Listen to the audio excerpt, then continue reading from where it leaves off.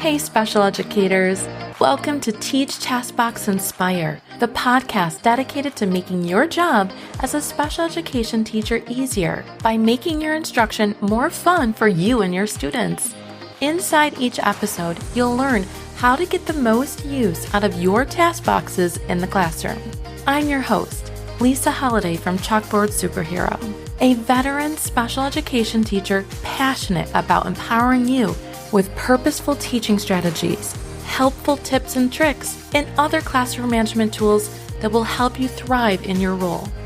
Let's get started with today's episode. Hey there, special educators, and welcome back to another episode of Teach, Taskbox, Inspire. I'm your host, Lisa Hollady, and today we're talking about something that I know every single teacher out there has probably said, maybe quietly to themselves or maybe out loud in the teacher's lounge. Teaching is the hardest profession in the world. I know that's a big statement, but after nearly 18 years or so in education, I feel more confident than ever saying it. I'm going to break it down exactly why teaching is so uniquely challenging, why it drains us mentally, emotionally, physically, and why, even though it's the hardest job, it's also the most important. And I'm telling you guys, I have to have this argument all of the time when I'm with groups of people who think that teaching is just so easy. All right, let's talk about how every single day is brand new. One of the things that makes teaching unique more than any other profession is that no 2 days are ever the same. In so many jobs, you can get into a routine, right? You work, it might vary a little bit, but there's a lot of predictability. Teachers, we dream of predictability because every day we walk into our classroom, it's a brand new adventure. Let me kind of paint that picture for you. Maybe you spent hours the night before planning the perfect math lesson, you laminated, cut, prepped all your centers, and then boom, there's a surprise fire drill right in the middle of it. Or maybe Monday, your students were engaged, on task, and collaborative. Tuesday, full moon energy. Absolute chaos. And don't even get me started on technology. One day it works, one day it doesn't. It's awful. And suddenly you're singing and dancing your lesson instead of playing that video you planned on playing. Really, the thing is, we are responsible for every single minute of every single day. There is no kind of coasting in teaching. There's no like walking over to the water cooler to take a break. No, from the moment my students walk in, I'm on. If a lesson finishes early, I kind of need a backup plan because if a student shuts down, I need a different approach immediately, on the fly. So when people say teachers get summers off, I laugh because during the school year, I'm always on, always thinking, planning, adjusting. It's a level of mental creativity and agility that few professions demand. Because we are creating something new for our students every single day, and it's exhausting. Let's talk about the hats we wear, because here's the truth. Teachers are never just that, right? If you've ever been in the classroom for more than a week, you know exactly what I'm talking about. In a single day, I can be a school psychologist. I have to notice, students' behavior signals about anxiety or trauma or learning challenges they might have, especially as a special education teacher. I might be a counselor where I have to pull students out, kind of see what's going on and help navigate friendship drama or family struggles, or maybe they're just having an emotional breakdown. Sometimes I'm a nurse because apparently 90% of paper cuts happen in my classroom. And yes, I have handed out Band-Aids to middle schoolers for invisible injuries, just so they feel better. Sometimes I'm a mom. I give hugs, encouragement. I believe in you. I've even had kids tell me that they love me so much. And of course I say I love you too, because they desperately need it. Sometimes I'm a social worker and an advocate. I'm helping families connect with resources, or I'm fighting for the accommodations of a student needs. And all that happens while I'm also teaching a lesson on fractions or main ideas, right? So this is where so much of the exhaustion comes from, because wearing all of those hats is emotional labor. It's not just your brain being on. It's about your heart being on all day long. All right, let's jump into the emotional and physical toll. The part of teaching that I think so many people underestimate is the personal toll. So here's the thing. When the final bell rings, my day isn't over. I'm grading, lesson planning, emailing parents, prepping materials, and often attending after-school meetings or IEP conferences. And I like to go above and beyond. And for those of us with young kids at home like me, I'm just going to say it. Sometimes by the time I get home, I'm completely empty. And I have a special needs kid. I can't tell you how many nights I've walked in, looked at my kids and thought, I love you so much, but I have nothing left for you. The mom guilt hits hard. And this is all part of teaching that people don't see. They see the Instagram-worthy classrooms, the cute bulletin boards, the holiday crafts.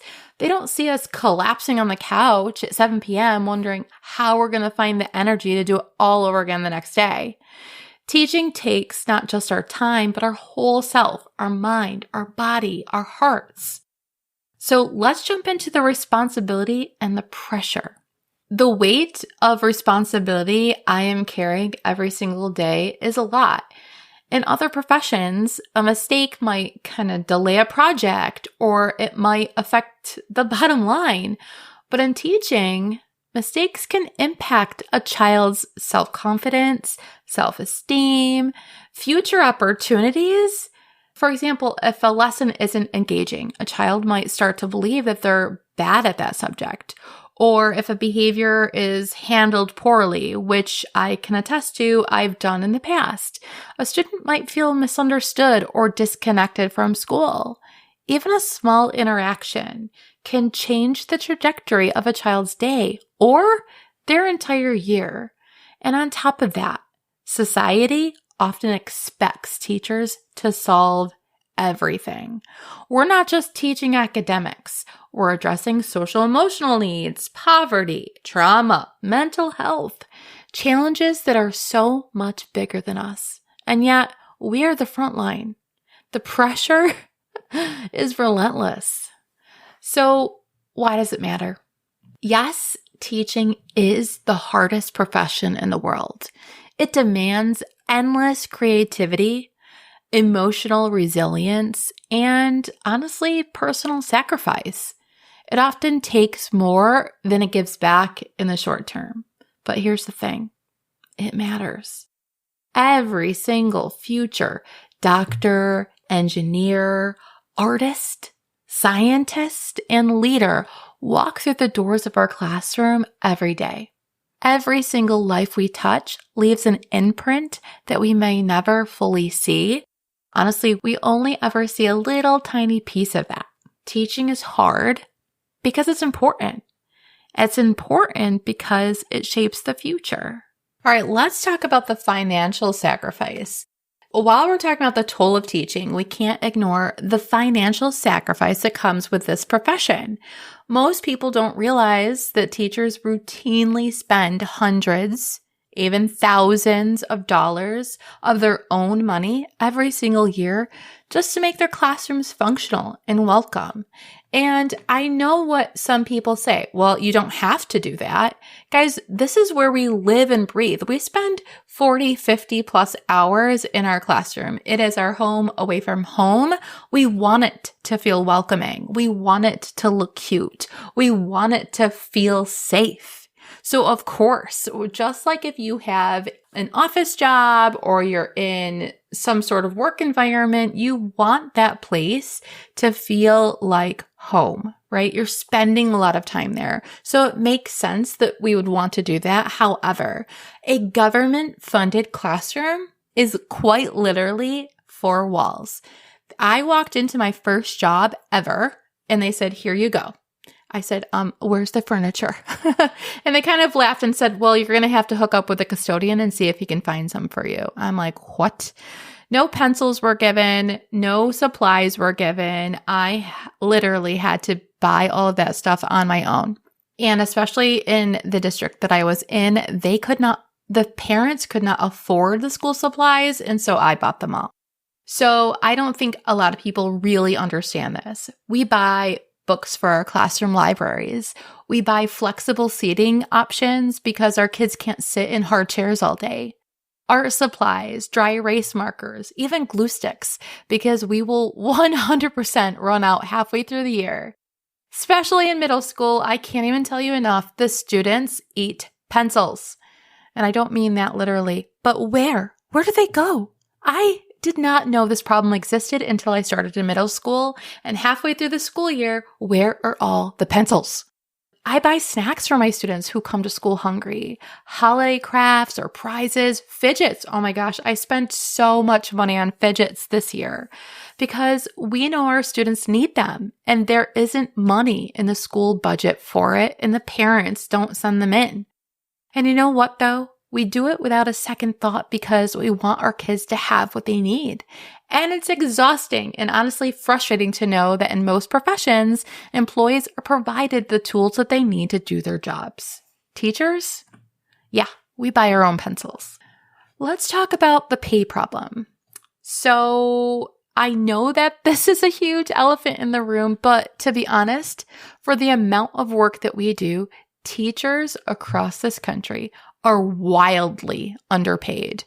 We have college degrees, advanced certifications, and in many cases, master's degrees.